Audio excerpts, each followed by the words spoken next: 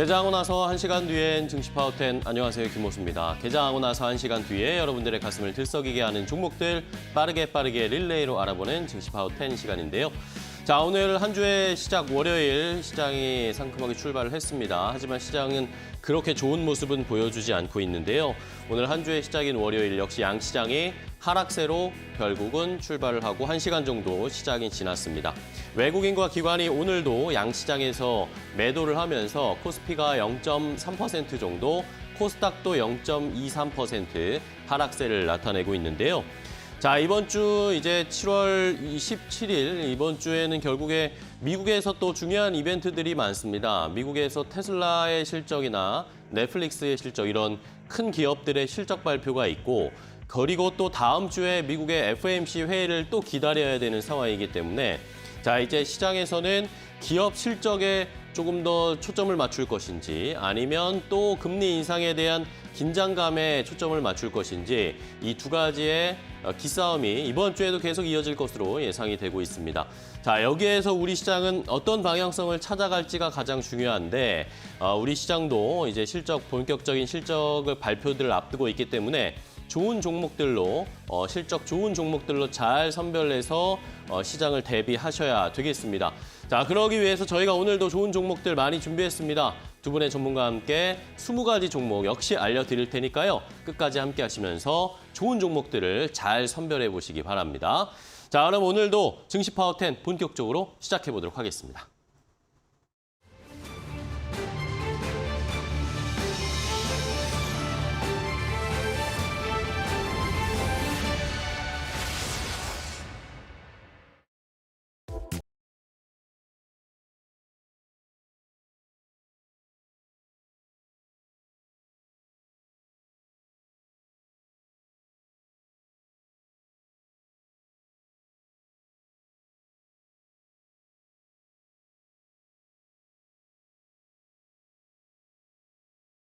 해보도록 하겠습니다. 오늘도 저희가 월요일에 좋은 종목들 선물로 20가지를 알려드리도록 하겠습니다. 두 분의 전문가와 함께 10가지 총 20개의 종목을 알려드릴 텐데 한 종목당 90초의 제한 시간을 가지고 설명을 드릴 겁니다. 핵심만 요약해서 빠르게 설명을 드릴 테니까 잘 들어보시고 이 종목 내가 가지고 있는데 이걸 어떻게 하면 좋을까요? 아니면 관심이 생겼습니다. 매수가, 목표가 알고 싶습니다. 라는 질문을 주셔도 됩니다. 유튜브 라이브 댓글창 항상 열려 있으니까 질문 주시고요. 아니면 샵 3772번 문자로도 궁금한 점 받고 있으니까 많이 참여하셔서 저희와 함께 해주시고 종목의 궁금증도 해결해 가시기 바랍니다. 자, 그럼 오늘 함께해 주실 두 분의 전문가를 소개해드리겠습니다. 오늘은 다울투자증권의 이성웅 차장과 그리고 프리스티지 경영전략연구소의 반종민 소장 두 분과 함께합니다. 안녕하세요. 반갑습니다. 안녕하십니까. 반갑습니다. 자, 두 분 오늘도 좋은 종목 많이 가지고 오셨죠? 네. 자, 최근에 또 시장이 쉽지가 않습니다. 은근히 종목 고르기가 어려운 상황인데 두 분이 좋은 종목 가지고 오셨을 테니까 어떤 종목을 가지고 오셨을지 첫 번째 10가지 종목 바로 확인해 보겠습니다.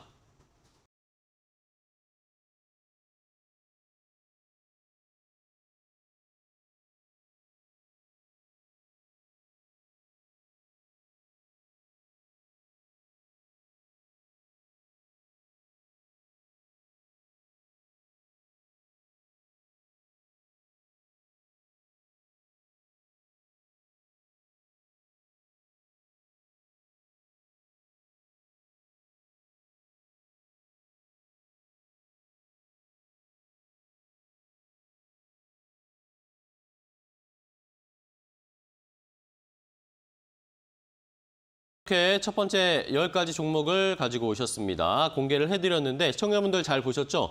이 리스트 안에 있는 종목들 가운데 내가 궁금한 점이 있다. 아니면 이 종목 좀 매수해볼까? 매수가, 목표가 알고 싶다 하시는 분들은 저희에게 질문을 주시면 됩니다. 유튜브 라이브 댓글창 항상 열려 있고요. 샵 3772번 문자로도 계속 질문 받고 있습니다. 궁금한 점 언제든지 질문 주시면 되겠습니다. 자, 그럼 바로 릴레이를 시작을 해보겠습니다. 오늘도 이성웅 차장님의 첫 번째 종목으로 시작을 해볼까요? 어떤 종목일까요? 첫 번째 종목은 이제 코스맥스. 코스맥스. 말씀드릴 텐데 우선 지금 이제 화장품 업종 안에서 이 한국콜마 그리고 코스맥스 이런 OEM, ODM 업체들이 이 외국인과 기관의 어떤 매수세도 가장 좀 많이 이어지고 있고 네. 이 증권사 안에서도 화장품 업종 안에서도 좀 탑픽을 지금 꼽는 현재 상황이고요.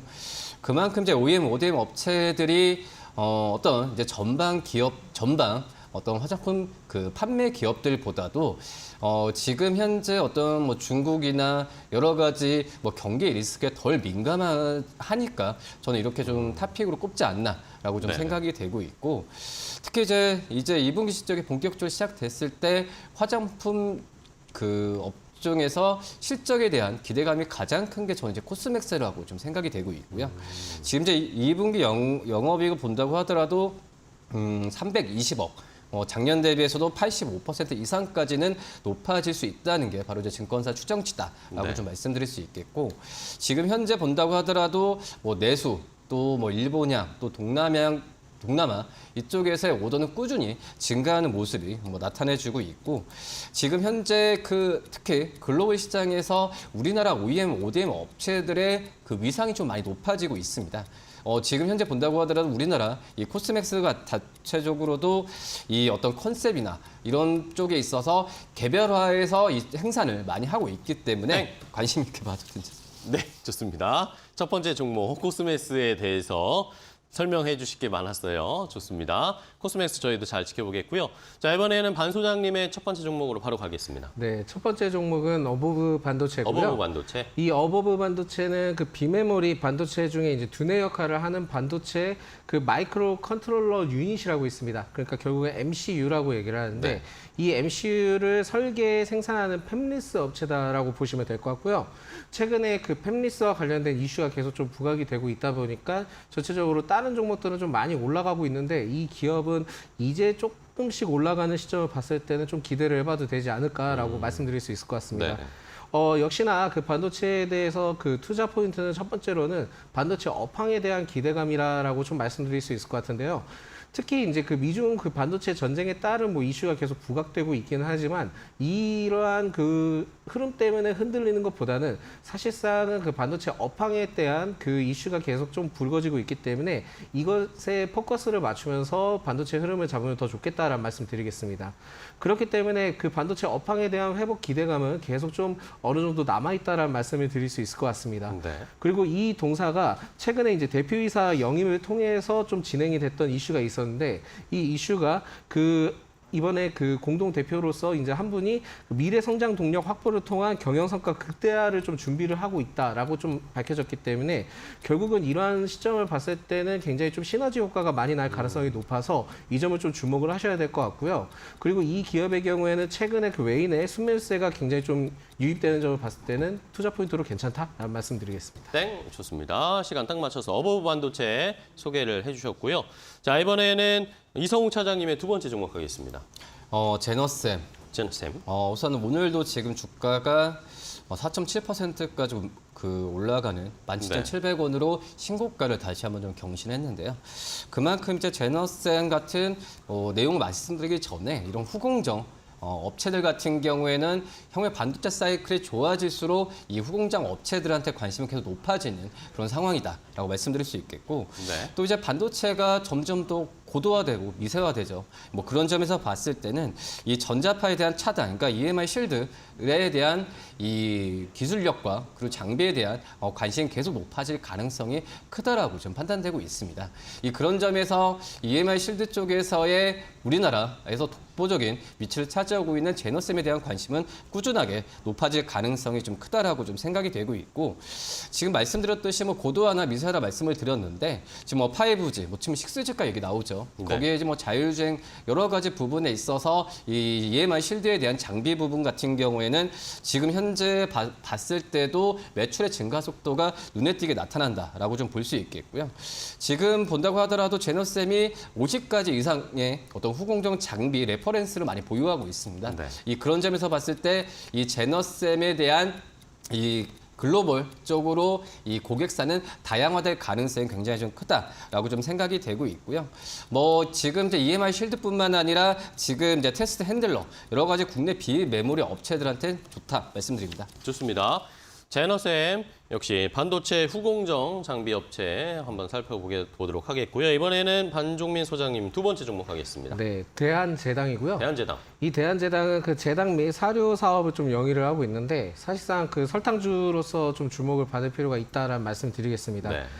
최근에 계속 좀 이슈가 나왔던 것이 WHO에서 그 아스파탐에 대해서 발암물질을 좀 분류를 한 것에 대한 이슈가 계속 좀 부각되고 있는데 사실상 그러한 이슈가 나왔을 때는 그 6월 말쯤에 굉장히 좀 이 주가가 한번 상승을 하긴 했지만은 지금은 현재는 그렇게 큰 흐름들은 보여주지 못하고 있거든요. 그렇죠. 그렇긴 하긴 하지만은 전체적으로 좀 이 내용들을 살펴보니까 아스파탐은 그 설탕 빼고 칼로리를 대폭 줄인 그 제로 음료수에 굉장히 좀 많이 사용이 됩니다. 근데 이제 뭐 역설적으로 좀 말씀드리자면 70%의 이제 성인이 이제 아스파탐에 대한 함유량이 200, 300 밀리그램을 그 탄산 음료를 하루에 뭐 9캔에서 14캔을 섭취를 했을 때 이제 뭐 과하게 이제 어느 정도 적용된다라고 하는데 물론 이제 그렇게 먹기는 굉장히 힘들죠. 배만 부르고요. 근데 이제 그런 상황들을 봤을 때는 어쨌든 이슈는 남아 있습니다. 이슈는 남아 있는 상황인데 이게 지금 어떤 이슈가 추가적으로 부각이 되고 있냐면 식품업계에서도 이제 아스파탐을 빼고 PB 상품 그리고 원료 대체를 추진하는 등의 지금 이슈가 좀 어느 정도 나와주고 있기 때문에 제가 봤을 때는 일시적으로는 지금은 반응을 안 하고 있지만은 한 번 정도는 추가적인 상승을 통해서 부각받을 가능성이 있지 않을까라고 해서 대한제당을 좀 가져왔고요. 특히 이제 뭐 이슈 가능성에 대해서도 어느 정도 언급은 드렸지만은 이 기업 역시 사료 사업을 좀 영위를 하고 있기 때문에 어떻게 보면은 지금 뭐 비료와 관련된 이슈도 좀 땡! 좋습니다. 자, 아스파탐 관련된 이슈 관련해서 대한제당을 설명을 해주셨고요. 자, 이번에는 이성웅 차장님 다음 종목 하겠습니다. 조선선제. 조선선제. 우선 지난주에 뭐 조선 업체들이 주가가 변동폭이 굉장히 좀 심했죠. 네. 거래량도 많이 나온 현재 상황이라고 볼 수 있겠고 그만큼 이제 지금 조선선제 같은 경우에도 이 조선 어떤 기자재 업체로서 지금 현재 어떤 지난주에 큰 폭의 상승세를 보였지만 그리고 지난주 후반에 좀 주가 조정을 받았었거든요. 뭐 그런 점에서 봤을 때 오늘 약간 보합 양상을 보였을 때는 저는 오히려 지금 하락폭은 제한적으로 가고 네. 이게 상승할 가능성이 굉장히 좀 크다라고 지금 생각이 되고 있고 지금 조선선제 같은 경우에는 뭐 용접 재료를 만드는 업체라고 말씀을 드릴 텐데 이 말 그대로 기업명에 뭐 조선선제, 그러니까 조선이 붙으니까 조선 업종으로 분류되지만 실질적으로 뭐 자동차 그리고 반도체 쪽에서의 용접 재료나 이런 부분에 있어서 전방 산업이 다양한 그런 장점을 갖고 있다라고 말씀을 드릴 수 있겠고 지금 현재 본다고 하더라도 이제 경기 둔화나 여러 가지 면에서 이 조선 업종에 대한 부분에 있어서 그 전에 약간의 물음표가 지금은 180도 바뀌었다라고 생각이 되고 있고. 네.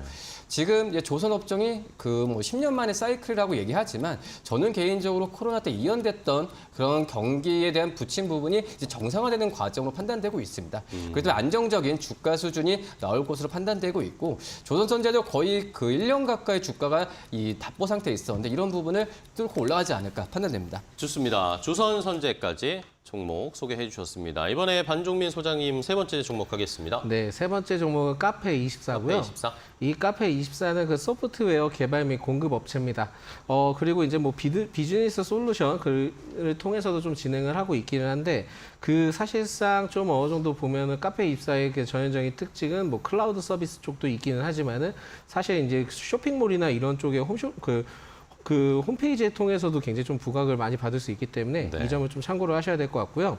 지난 3일에 이슈가 있었습니다. 특히 이제 메가존 그 클라우드와 AI 그리고 인프라 사업 확대를 통한 MOU를 체결을 했다는 소식이 있기 때문에 아마 이제 이러한 이슈를 봤을 때는 지금 어느 정도 좀 추가 상승할 수 있는 기회를 좀 가질 수 있지 않을까라고 판단하고 있고요. 무엇보다 제일 중요한 것은 최근에 이제 그 6월 그 말쯤에 그 주가가 굉장히 좀 크게 상승을 한 이슈가 있었습니다. 그 당시 때 이제 유튜브 최초이자 국내 첫 라이브 커머스 공식 쇼핑 채널을 론칭한다는 소식이 소식이 좀 어느 정도 부각이 됐었는데 이게 유튜브와 협력을 통해서 유튜브 쇼핑 연동 서비스를 제공하고 있는 동사가 좀 부각이 됐던 이슈가 있었습니다. 네. 뭐 동사가 유튜브 쇼핑 연동 서비스 제공 중이기도 하고요.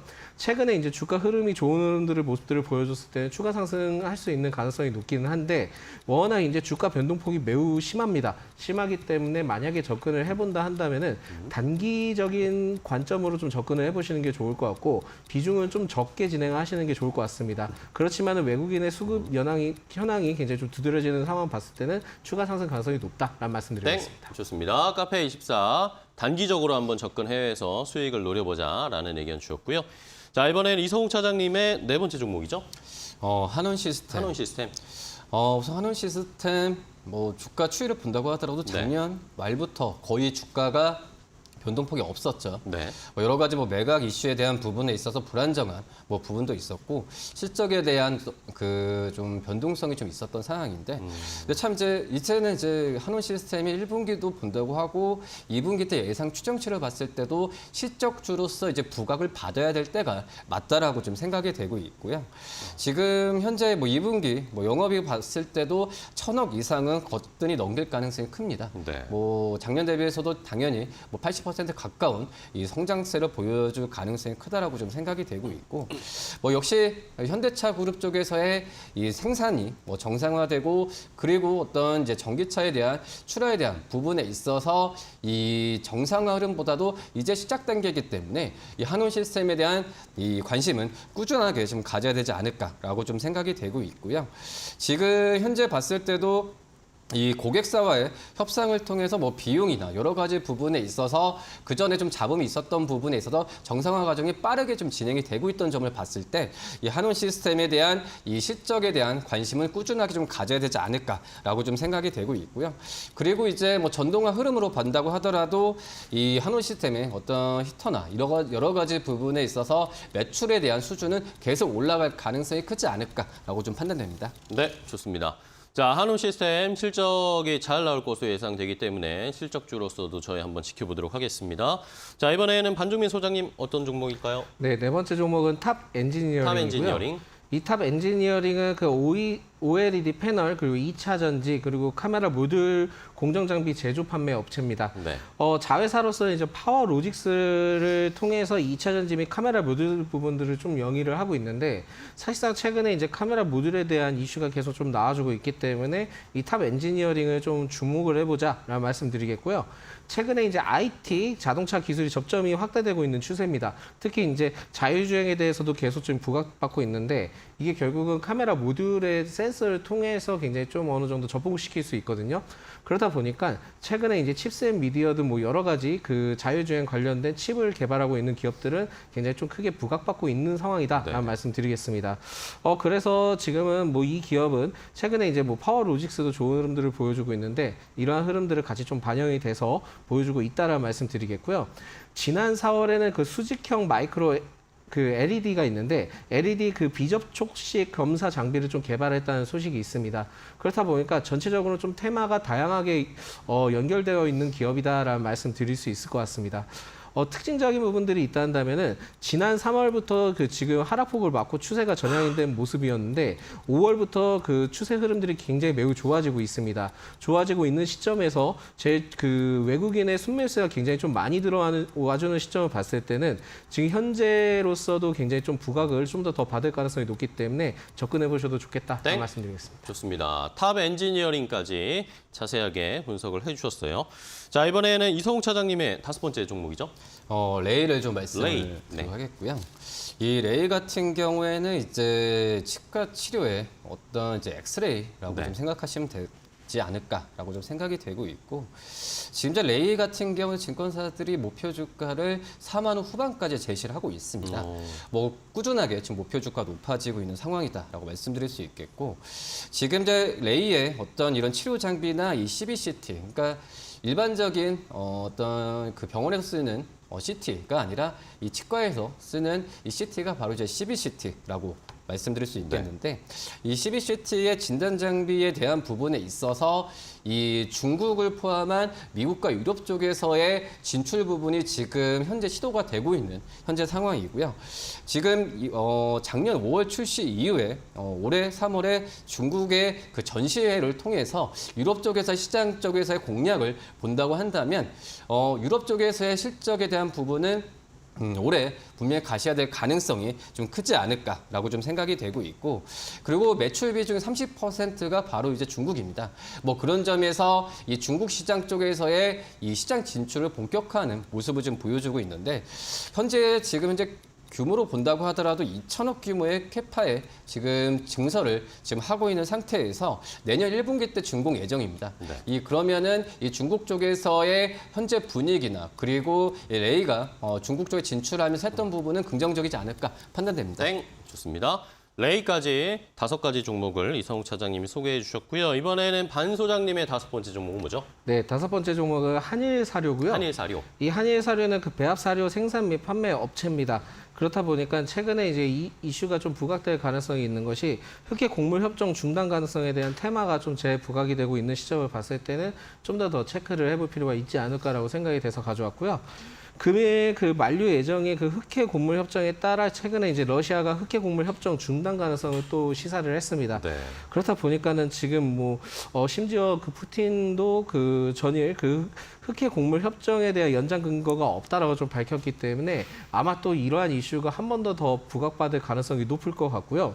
사실 이번에 뭐 연장 후에도 아마 그 60일 기준으로 계속 좀 연장을 하는 것으로 좀 알려지고 있는데, 이번에 이슈를 통해서 한번 만약에 이 한일 사료가 재부각을 받았을 경우에 일시적으로 또 조정을 또 한 달 이상 거칠 수 있습니다. 그렇다 한다면은 뭐 전체적으로 또 이러한 재부각될 가능성을 계속 좀 체크를 하시면서 접근을 하시면 좋겠다라는 말씀 드리겠습니다. 네. 그렇다 보니까 이 기업의 경우에는 뭐 일정적인 뭐 기업의 호재나 이런 쪽으로 좀 접근하시기보다는 단기적인 관점으로 좀 접근을 해보시는 게 좋을 것 같고요.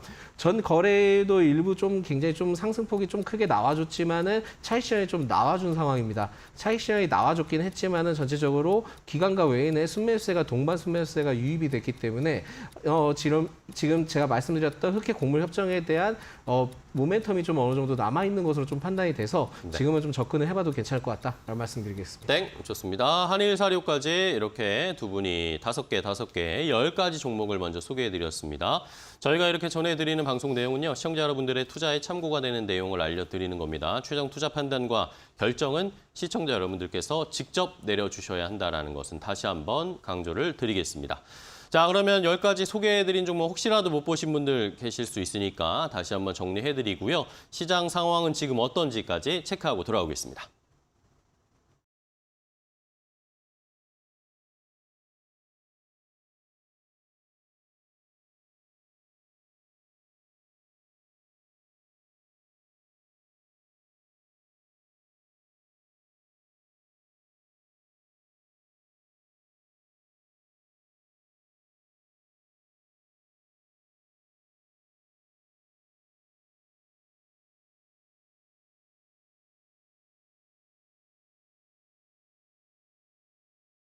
오전장 업앤다운 고운별입니다. 오늘 우리 시장 함께 확인해 보도록 하겠습니다.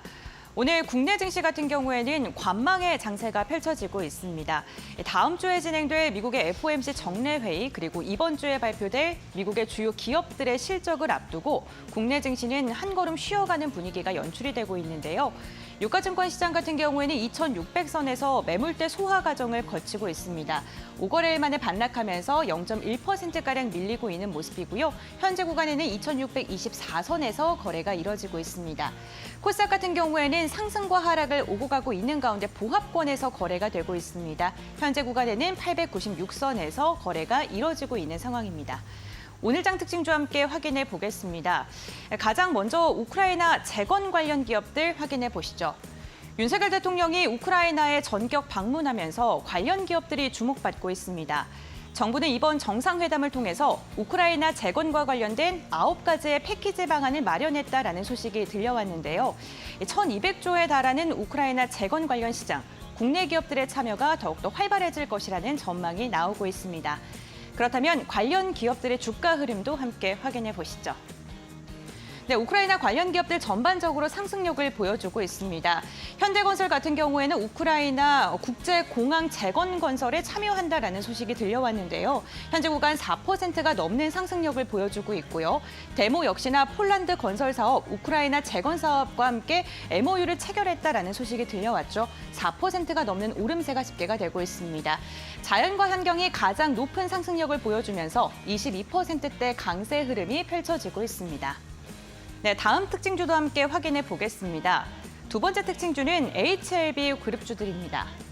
HLB가 간암 치료제인 리보세라닙이 미국의 FDA 본심사에 진입했다라는 소식에 오늘 시장의 주목을 받고 있습니다. 2008년 개발을 시작한 뒤에 15년 만에 드디어 미국의 마지막 관문을 눈앞에 두고 있는 상황인데요. 이러한 소식이 들려오면서 오늘 HLB 그룹주들 갭상승하면서 출발했습니다. 이 시각 흐름도 함께 확인해 보시죠. HLB 같은 경우에는 현재 구간 상승폭을 다소 반납한 모습입니다. 장중에는 17%가량의 급등세가 연출이 됐었고요. HLB 제약 같은 경우는 탄력이 더 좋았었습니다. 23%가 넘는 상승력을 보였었는데 두 기업 모두 다 120 주봉의 매물대를 뚫지 못하고 현재 구간 윗꼬리를 달면서 내려와준 상황입니다. 앞으로 후속 기사에 따라서 변동성이 보여질 것으로 보이는 만큼 과연 후속 기사를 꼼꼼하게 확인을 해보셔야 될 것 같습니다. 마지막 특징주와 함께 확인해 보겠습니다. 장마 그리고 농업과 관련된 기업입니다. 국내에 주말 동안 정말 많은 양의 물폭탄이 쏟아졌습니다. 이로 인해 가슴 아픈 소식도 전해졌는데요. 아직도 우리나라 상공에 비구름대가 형성이 되어 있으면서 끊임없는 비가 내리고 있는 상황이죠. 이로 인해 장마와 농업 관련주들이 주목을 받고 있습니다. 여기에 흑해 곡물협정의 종료가 얼마 남지 않았다는 것 또한 관련 이슈로 부각을 받고 있는데요. 그렇다면 이 시각 비료, 사료, 그리고 농업, 그리고 장마 관련주들 흐름 함께 확인해 보겠습니다. 네, 전반적으로 강세 흐름이 포착이 되고 있습니다. 특히나 오늘 경농이 대장주 역할을 하고 있습니다. 현재 구간 17%가 넘는 상승력을 보여주고 있고요. 오늘 강한 상승력이 동반이 되면서 52주 신고가를 돌파하는 데 성공했습니다. 오전장 업앤다운 고은별이었습니다.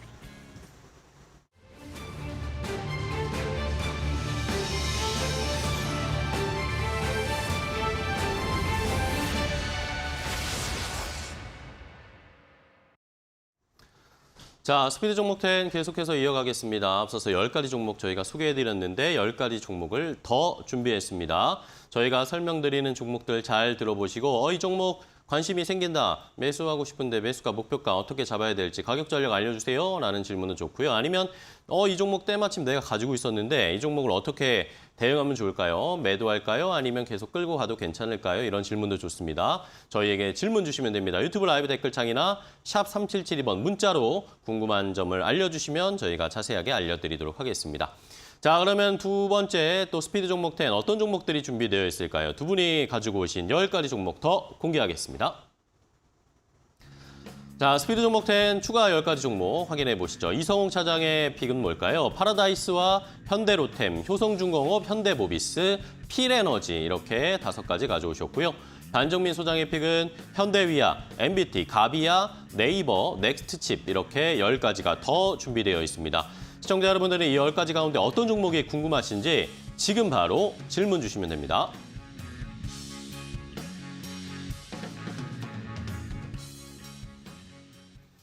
자, 두 분이 이렇게 심사숙고해서 10가지 종목을 더 가지고 오셨습니다. 이렇게 공개해드린 이 리스트에 있는 종목들 가운데 궁금한 점이 있으신 분들은 저희에게 질문을 주시면 됩니다. 가지고 있는 종목이 있으시다 그러면 대응 방법도 알려드릴 테니까요. 유튜브 라이브 댓글창이나 샵 3772번 문자로 궁금한 점 질문 주시면 저희가 자세하게 답변을 드리겠습니다. 자, 계속해서 그럼 릴레이 이어가겠습니다. 이번에는 이성웅 차장님의 6번째 종목으로 바로 갈게요. 파라다이스. 파라다이스요?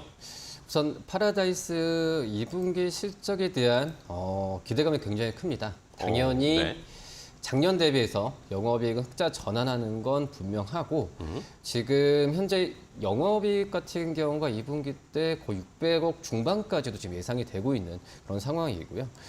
그런 점에서 봤을 때 이 파라다이스의 주가 흑자 전환 또 2분기 때가 또 이제 어닝 서프라이즈까지 얘기 나와주고 있는데 생각보다 좀 주가가 잘 안 가고 있는 게 사실입니다. 그런 점에서 본다고 한다면 이 매수 관점을 꾸준하게 유지해야 되는 게 맞다라고 좀 생각이 되고 있고, 네. 근데 이제 파라다이스가 2분기 때 이 영업이익이 그전에는 약간의 어떤 중국 쪽에서의 기대감이 컸었죠. 중국 VIP에 대한 영향이 좀 그 추정치가 좀 높아졌었는데, 근데 생각보다는 중국 쪽에서의 이 VIP 어떤 드라백이나 이런 부분이 아니라 일본 쪽 VIP 쪽에서 영향이 계속해서 좀 커지고 있는 상황이고요. 그리고 이 파라다이스 자체적으로 이 비용에 대한 통제 부분에 있어서 이런 효율적인 재무 관리가 되고 있다는 점이 지금 이제 2분기 실적으로 증명이 되지 않을까라고 좀 판단되고 있습니다. 네. 뭐 그렇기 때문에 지금 중국 쪽에서의 기대감은 언젠가는 저는 하반기 때 올라올 가능성이 있다라고 판단되고 있어서 지금 현재 수준에서는 파라다이스 꼭 매수 관점으로 좀 들어가도 나쁘지 않다라고 좀 생각이 되고 있고. 땡. 네, 여기까지입니다. 자, 파라다이스 실적 잘 나올 것으로 예상되겠는데 주가는 너무 낮은 상태다라는 의견을 주셨어요. 한번 매수 타이밍을 잘 잡아보도록 하겠습니다. 자, 이번에는 반 소장님 6번째 종목 하겠습니다. 네, 현대위아고요. 현대위아. 이 현대위아는 그 현대차 그룹 계열의 그 자동차 부품 업체입니다. 그리고 주요 품목으로는 뭐 엔진, 모듈, 뭐 등속 조인트 등 뭐 여러 가지가 있고요. 제품에 있어서 국내 1위 시장 점유율을 좀 차지를 하고 있는데 사실상 이외에도 그 로봇 시스템과 그 방산 그리고 항공기 부품 등의 특수 사업도 같이 좀 영위를 하고 있다 보시면 될 것 같습니다. 네. 특히 이제 뭐 파워트레인에 따른 그 구조적 그 매출 증가도 좀 어느 정도 났고, 또한 이제 열 관리 시스템 등의 그 RV향의 신규 매출, 그리고 방산 분야의 실적 개선의 영향을 통해서 어떻게 보면 2분기 실적을 좀 기대를 해볼 수 있지 않을까라고 판단해서 가져왔고요. 특히 이제 현대차와 기아차가 2분기 사상 최대 수준의 그 영업이익을 좀 달성할 것으로 전망이 되고 있습니다. 그렇다 보니까는 최근에 이제 현대차가 한 4조 원, 그 기아차가 한 3조 원 정도 추정이 되고 있는데, 이것을 통해서 만약에 이제 부각받게 된다 한다면은 제가 보기에는 현대위아에 대한 실적도 좀 기대를 해볼 수 있지 않을까 해서 이 점을 좀 참고를 하셔야 될 것 같고요. 지난 1분기 때 그 컨센서스 추정치 하회를 보여주면서 조정폭이 크게 나왔지만 그 조정폭이 일시적으로 좀 크게 나왔습니다. 근데 그 조정폭이 나와주면서 다시 지금 흐름을 좀 잡아가지고 있는 상황인데, 이번 실적은 좀 더 기대를 해볼 수 있는 상황에 따라 좀 접근을 해볼 필요가 있지 않을까라고 보고 있고요. 네. 오히려 좀 포인트가 있다 한다면은 그 4월 말에 그 4월 말까지 조정이 나와주면서 5월부터 외국인과 기관의 순매수가 계속 유입이 되고 있습니다. 이 점을 봤을 때는 지금은 실적이 땡. 네, 여기까지. 현대위아도 어느 정도 조정을 받았고 지금 또 매수할 수 있는 찬스다라는 의견을 주셨고요. 자, 이번에 이성훈 차장님의 다음 종목 바로 갈게요. 현대로템. 현대로템. 우선 현대로템이 지금 뭐 우리나라 대통령이 지금 동유럽, 폴란드 방문을에 대한 부분에 있어서 방산업종 또 이제 원자력 관련 이 기대감이 높은 상황이라고 볼 수 있겠는데, 네. 근데 주가가 이 6월 어떤 말 정도에 이 4만 원을 넘기지 못하고 있는 상황입니다. 지금 증권사 같은 경우에도 목표 주가를 4만 5천 원 이상까지는 꾸준히 제시하고 있지만 이 4만 원대 부근에서 주가 좀 차익 실현이 나와주고 있는 상황이고, 지난주 금요일 같은 경우도 차익 실현이 많이 나왔죠. 네. 그런 점에서 봤을 때는 오히려 지금 주가에 대한 이 낙폭이 좀 제한된 과정으로 갔을 때 한번 매수 관점으로 접근해도 괜찮지 않을까라고 좀 생각이 되고 있고, 이 현대로템이 뭐 K2 전차나 폴란드 수주를 봤을 때 이 디펜스 솔루션, 어떻게 보면 방산 쪽에서의 뭐 기업이라고 생각할 수 있겠지만 실질적으로 보면은 뭐 레일 솔루션, 또 이제 에코플랜트 여러 가지 사업부 부분이 이 방산 쪽보다는 이 매출 비중이 크다라고 좀 말씀드릴 수 있겠고요. 근데 지금 원래 2019년, 2020년까지는 이쪽에서의 어떤 저가 수주가 나와주면서 좀 경쟁이 좀 심했던 그런 상황인데, 지금 이제 이쪽 그 레일 솔루션과 에코플랜트 쪽에서도 이 실적에 대한 부분이 흑자가 지속되고 있고, 그리고 저가 수주보다도 이 마진이 많이 남는 수주 쪽으로 체질 개선을 많이 하고 있기 때문에 땡. 네, 여기까지 현대로템 소개를 해주셨어요. 자, 이번에는 반 소장님의 다음 종목 하겠습니다. 네, MBT고요. MBT. 이 MBT는 그 모바일 포인트 플랫폼 기반 사업을 영위하는 기업입니다. 그렇다 보니까는 사실상 그 광고 모바일 포인트 쇼핑 사업을 좀 영위한다고 생각하시면 좋을 것 같은데요. 이게 지난 그 19년이죠. 지난 19년 그 출시된 그 국내 1위 규모의 오퍼월 네트워크 서비스를 좀 구축을 했었습니다. 근데 이게 사실상은 좀 지난달에 그 좀 어느 정도 이슈가 나왔었던 게 동사가 오퍼월 네트워크 그 에디슨이라고 있는데 이 에디슨의 카카오톡과 그 제휴 체결을 했다는 좀 이슈가 좀 어느 정도 있었기 때문에 이 점을 봤을 때는 지금 카카오톡을 통해서도 굉장히 좀 어느 정도 활성화를 시키지 않을까라고 좀 볼 수 있을 것 같고요. 최근에 이제 애플페이에 대한 국내 론칭에 따른 좀 이슈가 있었는데 이게 현대카드의 독점 체제가 좀 어느 정도 종료되는 시점에서 이제는 좀 BC카드의 그 좀 부각을 받고 있는 상황이다라는 말씀 드릴 수 있을 것 같습니다. 네. 특히 이제 뭐 동사가 뭐 BC카드 협력사이기도 하긴 하지만은 이번에 그 만약에 하게 된다 한다면 BC카드 포인트 플랫폼을 통해서도 어떻게 보면 서비스를 좀 제공할 가능성이 높기 때문에 결국은 지금 봤을 땐 그 카카오톡과 관련된 이슈도 있지만은 BC카드의 합류 가능성에 대한 수혜도 좀 어느 정도 기대를 해볼 수 있지 않을까 해서 이 점을 좀 참고를 하셔야 될 것 같고요. 사실상 그 5월부터 주가가 굉장히 좀 그 우상향 추세를 보여주고 있는데 기관의 순매수세가 계속 꾸준히 유입되고 있습니다. 그러면서 최근에 그 두터운 저항대를 좀 돌파를 하면서 주가가 안착됐기 땡. 네. 네, 여기까지 MBT 소개를 해주셨고요. 자, 다음 종목 바로 가겠습니다. 이성욱 차장님. 예, 효성중공업. 효성중공업. 효성중공업 지금 뭐 지난주에도 신고가를 기록했죠. 14만 7천 원까지 기록을 한 이후에 주가 잠시 쉬어가는 과정이라고 말씀드릴 수 있는데 네.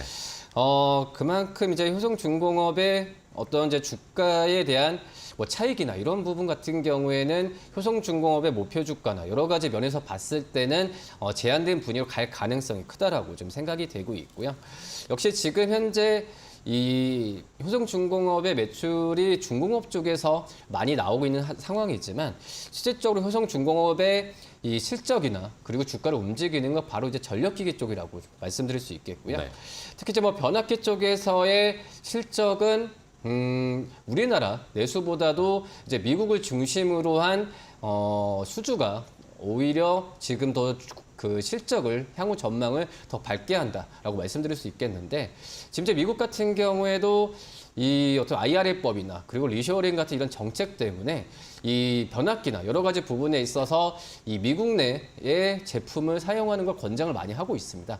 그런 점에서 이 전략기기, 특히 이제 변압기 쪽에서는 좀 품절이라는 얘기가 나와주면서 우리나라의 그 변압기 관련 기업들이 최근에 많이 움직였죠. 그런 걸 본다고 했을 때 이 전력기기 산업 쪽은 우리나라의 또 다른 어떤 수출 섹터가 될 가능성이 있다라고 좀 판단되고 있고요. 그렇기 때문에 중공업 쪽도 괜찮아지는 분위기에서 매수 관점 말씀드립니다. 네, 좋습니다. 효성중공업에 대한 매수 타이밍도 한번 짚어봤고요. 이번에는 반정민 소장님. 네, 그 가비아고요. 가비아는 그 인터넷 인프라 서비스 업체입니다. 그리고 클라우드, 그룹웨어, 보안, 뭐 전자상거래 등의 뭐 다양한 IT 서비스업을 좀 영위를 하고 있는 기업이고요. 네. 사실상은 뭐 이 기업에 대해서 최근에 뭐 큰 이슈가 있거나 하지는 않습니다. 큰 이슈가 있거나 하지는 않는데 사실 자회사를 좀 두고 있는 기업 중에 하나가 KINX라는 기업이 있거든요. 이 KINX가 그 데이터 트래픽 증가 및 과천 데이터 그 카파 확대에 대해서 수에 대한 그 가시화가 좀 어느 정도 부각이 됐기 때문에 전체적으로 이 시점을 통해서 가비아도 역시 주가가 좀 어느 정도 반영이 됐다라고 보시면 될 것 같습니다. 네. 그리고 동사는 그 사실상 그 연결 기준으로 좀 살펴볼 것이 그 작년 3분기의 기준으로 그 순이익이 여태까지 좀 계속 감소를 하고 있고 심지어 영업이익은 4분기부터 기준으로 계속 좀 감소를 하고 있거든요. 근데 이제 반면에 이 가비아의 경우에는 별도 기준으로 좀 체크를 해봤을 때 작년 2분기부터 매출과 순이익이 꾸준히 상승을 하고 있습니다. 그렇다 보니까 이 점을 봤을 때는 그 가비아 그 안에 본 사업이 생각보다 어느 정도의 좀 좋은 흐름들을 보여주고 있다라고 생각하실 수 있을 것 같고요. 두 번째로는 내부적으로 그 순이익에 대해서 꾸준히 상승했던 점을 봤을 때는 오히려 이 점을 좀 체크를 해볼 필요가 있지 않을까라고 봅니다. 결국은 지금 KINX와 이러한 그 순이익 상승에 따른 좀 기대감이 어느 정도 남아 있고 지난 6월부터 이러한 시점을 봤을 때 외국인 순매수가 꾸준히 유입되고 있기 때문에 체크해보자. 땡. 네. 좋습니다. 가비아까지 수급까지 한번 체크를 해봤어요. 다음은 이성욱 차장님의 9번째 종목이죠. 현대모비스. 현대모비스. 주가 최근에 굉장히 좋죠. 그렇죠. 오늘도 거의 뭐 조정을 안 받고 지금 이제 24만 6,500원 그러니까 장중에도 25만 원을 찍었습니다. 그렇기 때문에 오늘도 신고가를 기록한 모습 보여주고 있는데 뭐 다 아시겠지만은 이제 현대차 그리고 기아 2분기 실적에 대한 기대감이 굉장히 크죠. 그런 점에서 봤을 때는 이 현대모비스도 당연히 2분기 실적, 영업이익은 지금 현재 6,200억까지 이상까지 좀 예상이 될 예상을 하고 있는데 그런 점에서 이 현대차 그룹과 함께 현대모비스도 주가에 대한 상승 여력을 계속 갖고 갈 가능성이 크다라고 좀 생각이 되고 있고요. 지금 현재 현대모비스의 가장 큰 매출처가 바로 이제 AS 쪽이라고 볼 수 있겠는데 AS 쪽에서의 5천억 이상의 영업이익이 기대가 되고 그리고 이제 그 모듈과 어떤 핵심 부품 쪽에서는 좀 아직까지는 이제 그 전장 쪽 뭐 전동화 쪽에서의 실적이 나오질 않고 있기 때문에 약간 제한적으로 가는 분위기가 크지만 이 전동화 쪽에서의 실적만 잘 나온다고 한다면은 이 2분기 문제가 아니라 3, 4분기 때도 실적에 대한 기대감을 한층 더 높일 가능성이 있지 않을까라고 좀 생각이 되고 있습니다. 물론 이제 주가 수준 같은 경우가 지금 신고가를 기록했다고 하더라도 이 PER 기준을 본다고 하더라도 이 7배 내외를 형성하고 있기 때문에 과거의 현대모비스 주가로 보면은 아직까지 저평가 구간에 있는 게 맞다라고 지금 생각이 되고 있고요. 뭐 아시겠죠? 2021년에 주가 40만 원대였으니까 지금 현재 주가 괜찮다 말씀드립니다. 네, 좋습니다. 현대모비스 최근에 주가 많이 올라왔지만 여전히 저평가 상태다. 조금 더 추가 상승 여력 있다라는 의견을 주셨어요. 현대모비스까지 확인해봤습니다. 자, 이번에는 반종민 소장님의 9번째 종목은 뭘까요? 네, 그 네이버고요. 네이버. 이 네이버는 그 인터넷 검색 포털 사이트 운영업체, 그 네이버 운영업체다라고 말씀드릴 수 있을 것 같습니다. 다음 달 사실상 그 24일에 하이퍼 클로버 X가 출시가 됩니다. 근데 이제 뭐 최근에 이러한 이슈들은 계속 부각받고 있기 때문에 이 점을 봤을 때는 좀 중장기적인 관점으로 계속 좀 접근해 보시는 게 낫지 않을까라고 보고 있고요. 최근에 이제 네이버가 AI 러시 2023을 개최를 했습니다. 여기에서 그 헬스케어, 콘센트, 그리고 데이터 교육 등의 다양한 분야의 비즈니스 운영 20고 스타트업에게 먼저 이 하이퍼클로버 X를 써보게 한다 합니다. 그러면서 자체 AI 서비스 개발을 좀 앞으로 선보일 예정인데 이렇게 됐을 경우에는 굉장히 좀 어느 정도의 좀 그 수혜가 좀 여러 가지 붙을 가능성이 있기 때문에 이 점을 좀 참고를 하셔야 될 것 같고요. 사실상 그 네이버 랩스가 있는데 이게 지금 2년째 무상 공개 중인 오픈 데이터셋의 그 누적 다운로드 건수가 8,500건 정도 된다 합니다. 특히 이제 이 네이버 그 랩스를 통해서 자율주행에 필요한 그 실내 HD 맵이라고 있는데 이게 로봇 실내 그 증강 현실 그러니까 AR 쪽이죠. 그리고 내비게이션 서비스 등에 활용할 수 있기 때문에 결국은 이 점을 좀 포커스를 봤을 때는 굉장히 좀 앞으로 그 AI 쪽에도 굉장히 좀 부각받을 수 있지 않을까라고 보고 있고요. 네. 특히 이제 오픈 데이터셋을 좀 제공을 하기 때문에 이 점이 좀 특이점이다라는 말씀드리겠습니다. 그래서 결국은 장기적인 관점으로 보시면 좋겠다라는 말씀드립니다. 땡! 좋습니다. 네이버까지 네이버는 한번 장기적으로 길게 보자라는 의견을 주셨습니다. 대형주인 만큼 긴 안목으로 저희 한번 투자해보도록 하겠고요. 자, 이번에는 이성훈 차장님의 마지막 종목이네요. 필에너지. 필에너지. 참 스펙타클하죠. 네. 필에너지. 지난주에 상장한 필에너지입니다.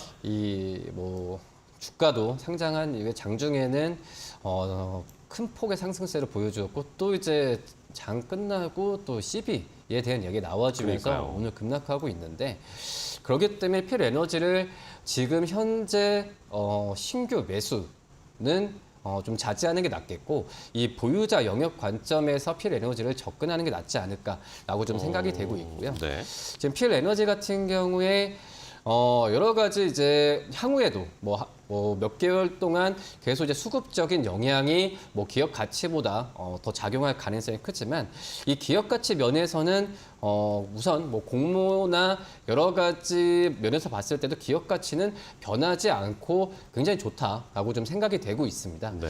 우선 2차 전지 레이저 노팅 그리고 스태킹 장비를 전문으로 하는 기업이라 볼 수 있겠는데 이 그 장비를 혼합해서 만든 이 장비를 생산하는 기업이 거의 전무하다시피 하는 상황이기 때문에 이 필에너지에 대한 이 고객사, 지금은 삼성 SDI가 좀 많긴 하지만 이 고객사가 다변화될 가능성은 굉장히 좀 커지지 않을까. 특히 이제 글로벌적으로 분명히 있다라고 좀 생각이 되고 있고요.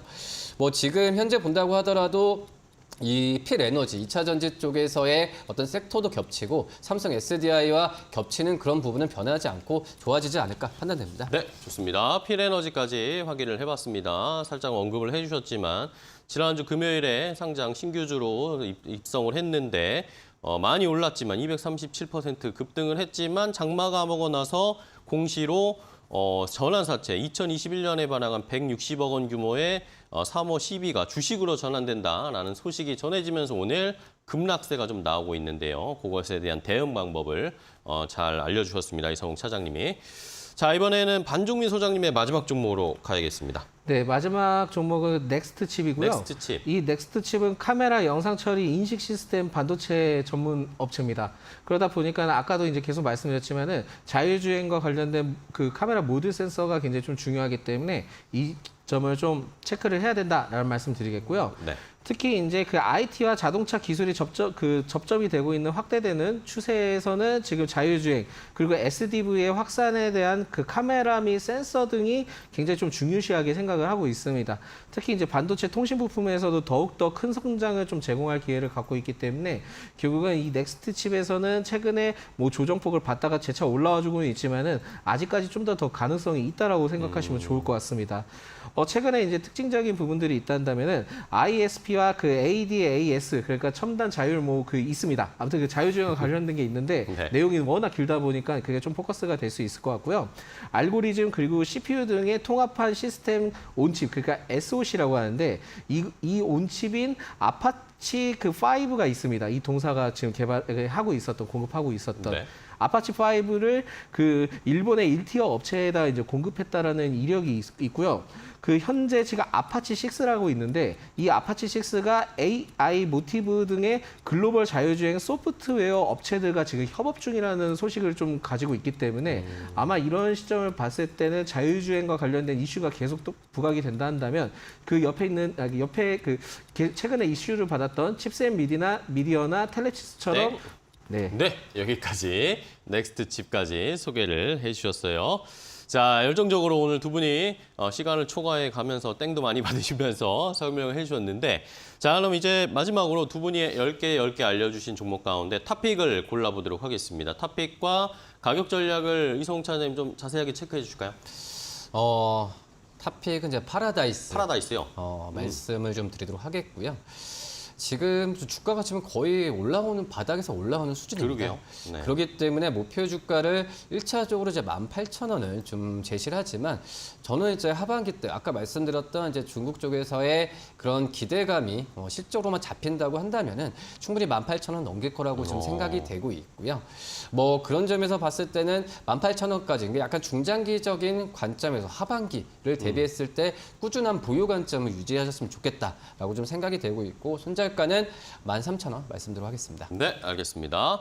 자, 이제 바닥 찍고 다시 또 올라올 기회만 남았다라는 의견으로 파라다이스 목표가는 한 18,000원까지 바라보고 계시고요. 자, 이번에는 반종민 소장님의 탑픽 종목 어떤 종목이죠? 예, 넥스트 칩이고요. 넥스트 아까 칩. 이제 너무 네. 이제 좀 실수를 해서 정정하겠습니다. 옆에 있는 기업이 절대 아니고요. 네. 텔레칩스와 같이 이제 좀 같이 부각될 수 있는 기업이기 때문에 넥스트 칩을 말씀드린 겁니다. 예, 넥스트 칩의 경우에는 제가 너무 흥분을 해서 너무 좋은 기업이라 생각하다 보니까 말씀드리고 네. 매수가는 현재가로 좀 진입을 해보셔도 될 것 같고요. 목표가는 17,200원 그리고 손절가는 13,200원으로 지정했습니다. 네, 알겠습니다. 자, 이렇게 오늘 두 분이 탑픽 골라주셨습니다. 파라다이스 그리고 넥스트 칩 두 가지 종목을 알려드렸으니까 시장에서 조금 더 자세하게 한번 살펴보시고 투자 전략, 가격 전략 제시해드린 것도 한번 잘 확인해 보시기 바랍니다.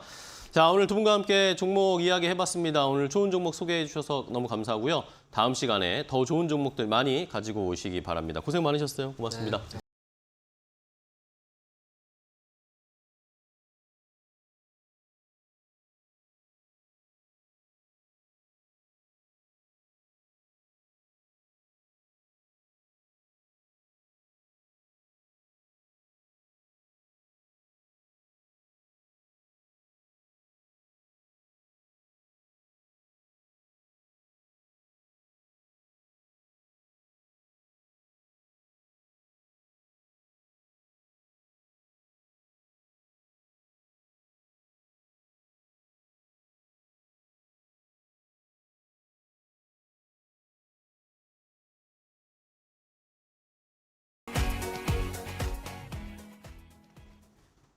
네, 증시파워텐 저희가 준비한 종목들은 여기까지 소개해드리겠고요. 저희는 또 내일 더 좋은 종목 가지고 찾아뵙도록 하겠습니다. 끝까지 시청해주신 여러분 고맙습니다.